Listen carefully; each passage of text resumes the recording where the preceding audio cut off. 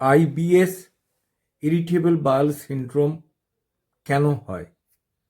যারা ধরুন জল কম খায়, সেডেন্টারি লাইফ লিড করেন, যারা শাকসবজি না খান এবং সময়ে খাওয়া দাওয়া না করেন, রাত্রি অনেকক্ষণ জেগে থাকেন এবং খাবার কোনো টাইম নেই, সেই সব লোকরাই কিন্তু সবচেয়ে বেশি ইরিটেবল বাউল সিনড্রোমে ভোগে।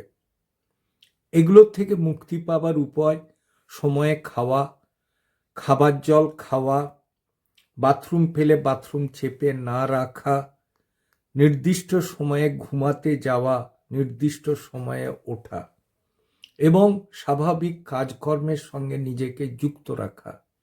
কোলাইটিসের ক্ষেত্রে অ্যালুমিনা, অ্যানাকার্ডিয়াম, ক্যালকেরিয়া কাপ ভালো কাজ দেয়, চেলিডোনিয়াম মাদারও ভালো কাজ দেয়।